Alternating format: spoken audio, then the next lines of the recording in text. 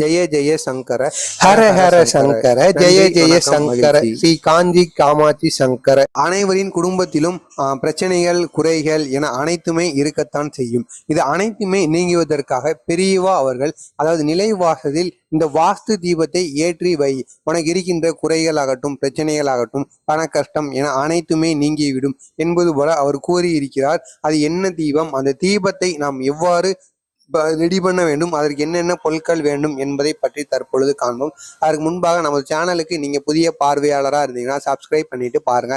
அப்பொழுதுதான் பெரியவா பற்றிய அனைத்து செய்திகளும் தொடர்ந்து உங்களுக்கு வந்து கொண்டே இருக்கும். அதாவது இதற்கு என்னென்ன பொருட்கள் வேண்டும் என்றால், ஒரு பித்தாளை செம்பு இருக்கும் அல்லவா, அந்த பித்தாளை செம்புல சிறிதோண்டு தண்ணி ஊற்றி கொள்ளுங்கள். அதில் 2 ஏலக்காயும் 1 ரூபாய் நாணயம், இது முங்குற அளவுக்கு தண்ணி இருந்தாலே போதும். அடுத்ததாக உங்களுக்கு வேண்டியது என்னவென்றால், இந்த கார்த்திகை தீபம், அதாவது கார்த்திகை மாதத்துல நம்ம கோவிலுக்கு விளக்கேற்றுவோம் அல்லவா, அப்பொழுது இந்த மெழுகு தீபம் வாங்குவோம் அல்லவா, அந்த மெழுகு தீபத்தை நீங்க கடையில சென்று வாங்கி கொள்ளுங்கள். கடையில் சென்று வாங்கி கொண்டு அதை இந்த செம்பு இருக்கும் அல்லவா, அந்த செம்பிற்கு நடுவில் வைத்து அந்த தீபத்தை நீங்கள் ஏற்ற வேண்டுமாம்.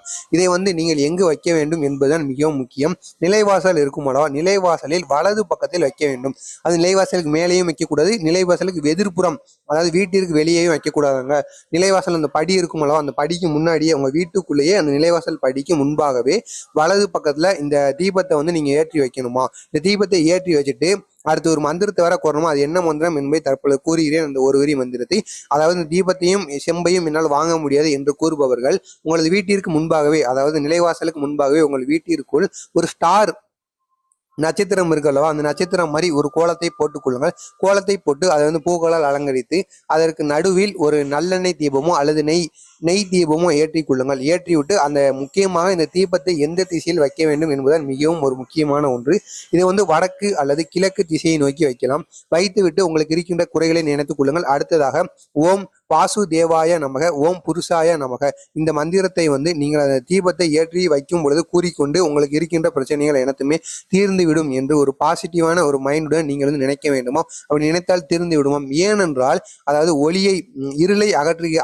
இருளை அகற்றுவது ஒளியால் மட்டுமே முடியும். எனவே அந்த ஒளியை நீங்கள் இவ்வாறு செய்வதால் வாஸ்து தீபத்தை நீங்கள் உங்களது நிலைவாசலில் வரை ஏற்றி வைக்கிறீர்கள் அல்லவா, எனவே அந்த ஒளி உங்களது வாழ்க்கையில் இத்தனை நாள் இருக்கின்ற இருளையுமே நீக்கிவிடும் என்பது போல பெரியவா அவர்கள் கூறியிருக்கிறார்கள். மறக்காமல் நீங்களும் இந்த வாஸ்து தீபத்தை உங்களது வீட்டில் ஏற்றி வாருங்கள். இதனுடைய நன்மைகளை மட்டும் நீங்கள் காத்திருந்து பாருங்கள். உங்களுக்கு இதை போன்ற பெரியவா கூறிய அனைத்து செய்திகளும் தொடர்ந்து வந்து கொண்டே இருக்க வேண்டும் என்றால் மறக்காமல் நம்ம சேனலை சப்ஸ்கிரைப் பண்ணி கொள்ளுங்கள்.